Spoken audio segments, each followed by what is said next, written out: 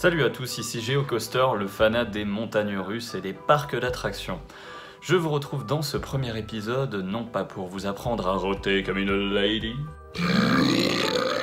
mais pour vous parler comme convenu du Star Tour ainsi que du Space Mountain revisité à la sauce Star Wars Made in Disneyland Paris. Alors sans plus attendre, veuillez attacher vos ceintures, please fasten your seatbelt, et préparez-vous au lancement.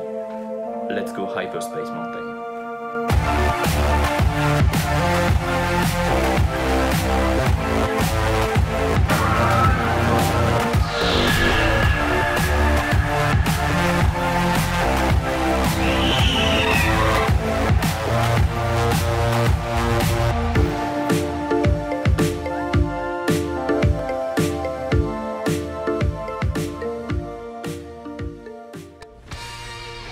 Nous voici donc au royaume de Mickey à quelques jours à peine de la clôture de la saison de la Force, et mon dieu, quel temps de merde!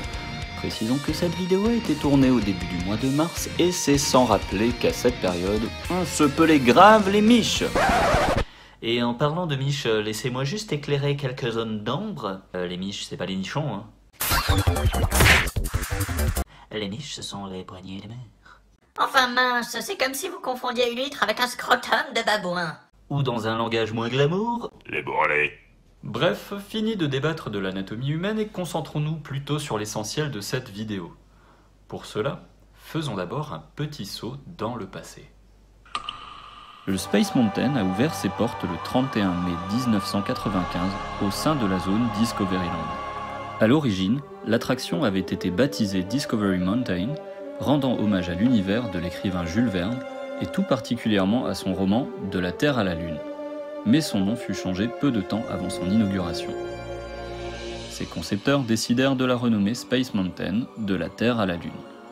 Pourtant, l'attraction phare de Disneyland Paris n'a bien failli jamais voir le jour, et ce en raison de gros problèmes financiers du parc.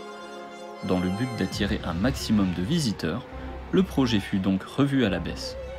Il coûta néanmoins la modique somme de 600 millions de francs, ce qui représente de nos jours pas moins de 128 millions d'euros, compte tenu de l'érosion monétaire due à l'inflation. Érosion monétaire. T'as braqué Wiki, wesh? Non mais l'autre, comme si j'avais besoin de Wikipédia. Il vous là, lui. Plus de 20 ans se sont écoulés depuis son inauguration et l'attraction continue de faire parler d'elle.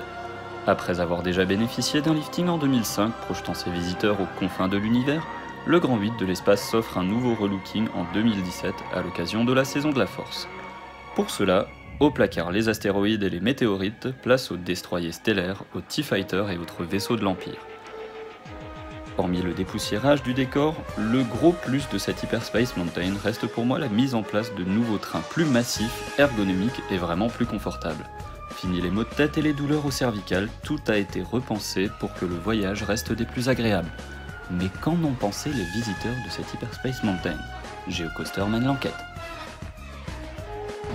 Mais nous on vient souvent à Disney donc c'est vraiment bien, sauf qu'ici on n'a pas de musique donc ça rend l'ambiance un peu moins bien. Moi j'avais jamais fait l'ancien, c'est vraiment le nouveau, c'est vraiment le Space Mountain que je découvre. Et après je suis pas très fan de Star Wars, mais vraiment l'attraction en elle-même elle est vraiment chouette. Il y a de bonnes sensations. Oui voilà, très très bonne. Et ton avis, Loli? Moi j'avais fait le Space Mountain Mission 2 et ici j'ai pu voir du coup les changements de décor et ils ont vraiment, c'était plus le style des planètes et tout ça avant, là c'est vraiment, ils ont tout changé Star Wars, mais comme Armel elle disait, il manquait un peu de musique quoi. Si vous aviez des remarques pour améliorer davantage cette attraction, lesquelles seraient-elles? Moi je trouve qu'il pourrait rajouter un petit peu plus de lumière et de couleur en fait des effets, que c'est assez sombre en fait. Et à part de temps en temps des petits écrans où on voit un petit peu l'espace, je trouve qu'il devrait apporter plus de lumière. Un petit peu plus de décoration. Bon, en tout cas, vous avez kiffé. Oui, Génial. ça, Bon, c'est le but. Hein. Et sinon, un dernier avis? Génial. Clairement super. français. à refaire. Ouais, Ok. plein de sensations. Alors, mon avis concernant l'Hyperspace Mountain, figurez-vous qu'il recoupe un petit peu la vie des filles. En fait, l'attraction, elle a super bien commencé, on est dans la nacelle, machin, le train il part, on arrive dans le canon avec la musique de Star Wars, on a besoin de notre aide, bim, le canon il part. Et là, en fait, on arrive dans le dôme, et blackout, il n'y a plus de lumière, il n'y a plus de musique dans les trains, alors que c'est quand même des trains qui ont coûté des millions d'euros. Du coup, on se retrouve dans le noir, bêtement, avec 2-3 lasers qui se battent en duel. Bon, c'était pas ça, quoi. Ceci dit, voilà, l'attraction reste la même, il y a toujours plein de sensations, mais c'est vrai que ce bug, punaise, j'étais un peu déçu, quoi. Heureusement, après cette Hyperspace Mountain qui m'a laissé un arrière-goût légèrement amer, il y avait Star Tour, et là... la claque monumentale.